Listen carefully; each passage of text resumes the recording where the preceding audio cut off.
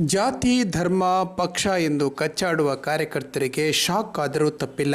ವಿವಿಧ ಪ್ರಕರಣಗಳಲ್ಲಿ ಆಡಳಿತ ಪಕ್ಷ ರಾಜೀನಾಮೆ ನೀಡಲೇಬೇಕು ಎಂದು ನಾಯಕರು ಮೈಕ್ ಮುಂದೆ ಬೊಬ್ಬಿರಿದಾಗ ಬೀಗುವ ಕಾರ್ಯಕರ್ತರು ಒಂದೆಡೆಯಾದರೆ, ಧರ್ಮಗಳ ಹೆಸರಿನಲ್ಲಿ ಪಕ್ಷಗಳ ಹೆಸರಿನಲ್ಲಿ ಕಾರ್ಯಕರ್ತರು ಕಚ್ಚಾಡಬೇಡಿ ಎಂದು ಇತ್ತೀಚೆಗೆ ಸ್ಪೀಕರ್ ಯುಟಿ ಖಾದರ್ ಹೇಳಿರುವುದು ಇಲ್ಲಿ ಅಕ್ಷರಶಃ ಸತ್ಯ ಎನಿಸುತ್ತದೆ.